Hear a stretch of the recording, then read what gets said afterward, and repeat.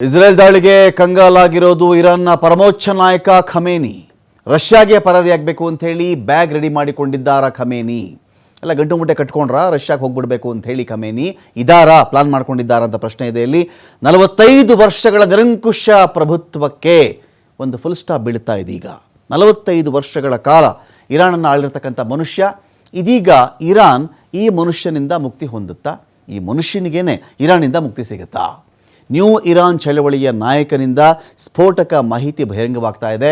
ಇಮಾನ್ ಫೌರಾಟನ್, new Iran ಚಳವಳಿಯ ನಾಯಕ, ಇದುವರೆಗೂ ಇರಾನ್ನಿಂದ ಪರಾರಿಯಾದಂಥ ಎಲ್ಲರಿಗೂ ರಷ್ಯಾದಲ್ಲೇ ಆಶ್ರಯ ಸಿಕ್ಕಿರೋದು, ದೇಶ ತೊರೆಯುವಂಥ ಸುಳಿವನ್ನು ಕೊಟ್ಟಿರೋದು ನ್ಯೂ ಇರಾನ್ ಚಳವಳಿಯ ನಾಯಕ. ಇದನ್ನು ಹೇಳ್ತಾ ಇದ್ದಾರೆ. ಇದೀಗ ಖಮೇನಿಗೆ ಬಂದೊದಗಿರುವ ಸ್ಥಿತಿಯನ್ನು ಕಂಡು ಇರಾನಿಯನ್ನರು ಇದೀಗ ಸಂತಸ ವ್ಯಕ್ತಪಡಿಸ್ತಾ ಇದ್ದಾರೆ. ಬೇಕಾದಷ್ಟು ವಿಷಯ ಇದೆ ನಿಮಗೆ. ಒಂದು ಖಟ್ಟರ್ ಮೂಲಭೂತವಾದವನ್ನು ಇರಾನ್ನಲ್ಲಿ ಬಿತ್ತಿದ್ದು ಮನುಷ್ಯ. ಇರಾನ್ ಆಧುನಿಕತೆಯೆಡೆಗೆ ಸಾಗ್ತಾ ಇತ್ತು. ಆ ಮಹಿಳೆಯರು ಆರಾಮಾಗಿದ್ದರು. ಅಂಥವರ ಮೇಲೆ ದಾಳಿಗಳಾದವು. ಇಲ್ಲಿ ಬುರ್ಕಾ ವಿಚಾರಕ್ಕೆ ಇನ್ನೊಂದು ಮತ್ತೊಂದು ಸಂಪ್ರದಾಯಗಳನ್ನು ಪಾಲಿಸಬೇಕು, ಹಾಗೆ ಹೀಗೆ ಅಂತ ಎಲ್ಲವೂ ಆಯಿತು. ದಂಗೆ ಎದ್ದರು, ಅನೇಕರು ಕೊಲ್ಲಲ್ಪಟ್ಟರು.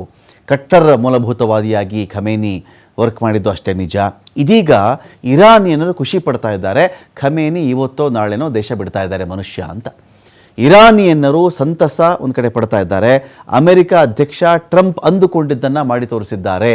ಟ್ರಂಪ್ ಕೊಟ್ಟಂಥ ಎಲ್ಲ ಅವಕಾಶವನ್ನು ತಿರಸ್ಕರಿಸಿ ಖಮೇನಿ ತಪ್ಪು ಮಾಡಿಬಿಟ್ಟಿದ್ದಾರೆ.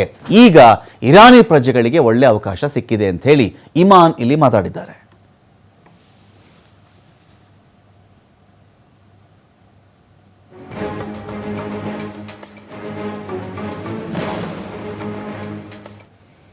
ಇರಾನ್ ಇಸ್ರೇಲ್ ಯುದ್ಧಕ್ಕೆ ಒಂದು ವಾರ ಕಳೀತಾ ಇದೆ. ಅಪಾರ ಹಾನಿಯಾಗಿದೆ. ಇವತ್ತು ಇಸ್ರೇಲ್ನ 4 ನಗರಗಳ ಮೇಲೆ ಇರಾನ್ ಅಟ್ಯಾಕ್ ಮಾಡಿದೆ. ಇಲ್ಲಿ 4 ನಗರವನ್ನು ಆಯ್ಕೆ ಮಾಡಿಕೊಂಡಿರೋದು ಇರಾನ್ ಇವತ್ತು ಇಸ್ರೇಲ್ ಮೇಲೆ ದಾಳಿ ಮಾಡೋಕ್ಕೆ.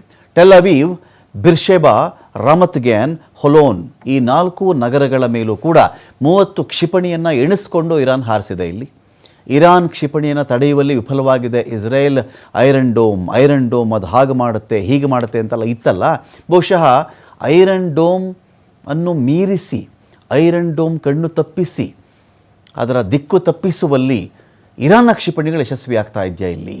ಯಾಕೆಂದರೆ 70% ಚೀನಾಗೆ ಬೇಕಿರ್ತಕ್ಕಂಥ ತೈಲ ಇದೇ ಇಸ್ರೇಲ್ ಕೊಡುತ್ತೆ. ಜಾಗತಿಕವಾಗಿಯೇ 20% ಇವರೇ ಸಪ್ಲೈ ಮಾಡ್ತಾರೆ.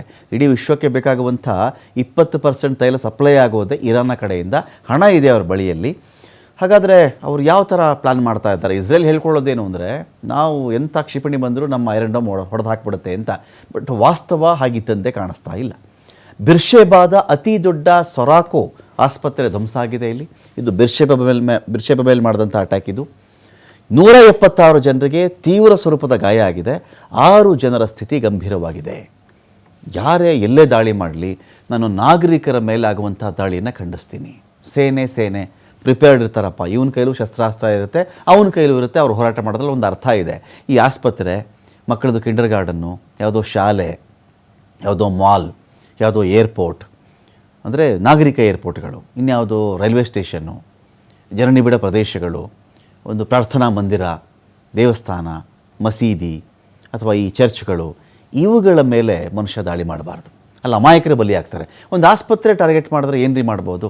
ವೃದ್ಧರಿರ್ತಾರೆ, ಗರ್ಭಿಣಿಯರು, ಡೆಲಿವರಿಗೆ ಬಂದಿರಬಹುದು, ಯಾರಿಗೋ ಕೈ ಮುರಿದು ಹೋಗಿದೆ, ಕಾಲು ಮುರಿದು ಹೋಗಿದೆ, ಹುಷಾರಿಲ್ಲ, ಕ್ಯಾನ್ಸರ್ ಇದೆ, ಹಾರ್ಟ್ ಪೇಷಂಟ್ ಇದ್ದಾರೆ, ನೀ ರಿಪ್ಲೇಸ್ಮೆಂಟ್ ಸರ್ಜರಿ ಇದೆ, ಅವರಿಗೆ ಮೆದುಳದೇನೋ ಸಮಸ್ಯೆ ಇದೆ, ಅಶಕ್ತರಿದ್ದಾರೆ, ಯಾವುದೋ ಮಕ್ಕಳು ಬಂದಿದ್ದಾರೆ.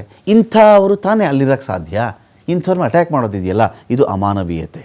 ಇದನ್ನು ಉಕ್ರೇನ್ ಮಾಡಿದ್ರು ತಪ್ಪೆ, ರಷ್ಯಾ ಮಾಡಿದ್ರು ತಪ್ಪೆ, ಇಸ್ರೇಲ್ ಮಾಡಿದ್ರು ತಪ್ಪೆ, ಗಾಜಾ ಮೇಲೆ ಮಾಡಿದ್ರು ತಪ್ಪೆ, ಪ್ಯಾಲೆಸ್ತೀನ್ ಮೇಲೆ ಮಾಡಿದ್ರು ತಪ್ಪೇನೆ, ಇರಾನ್ ಮೇಲೆ ಮಾಡಿದ್ರು ತಪ್ಪೇನೆ, ಇರಾನ್ ಇಸ್ರೇಲ್ ಮೇಲೆ ಮಾಡಿದ್ರು ಇದು ತಪ್ಪು. ಇರಾನ್ನಲ್ಲಿ ಇದುವರೆಗೂ 639 ಜನ ಸಾವನ್ನಪ್ಪಿದ್ದಾರೆ. 1329 ಜನರಿಗೆ ಗಾಯವಾಗಿದೆ. ಇರಾನ್ನ 2/3 ಕ್ಷಿಪಣಿ ಲಾಂಚ್ ಪ್ಯಾಡ್ಗಳನ್ನು ಇಸ್ರೇಲ್ ಒಂದು ಕಡೆ ಧ್ವಂಸ ಮಾಡಿ ಹಾಕಿದೆ.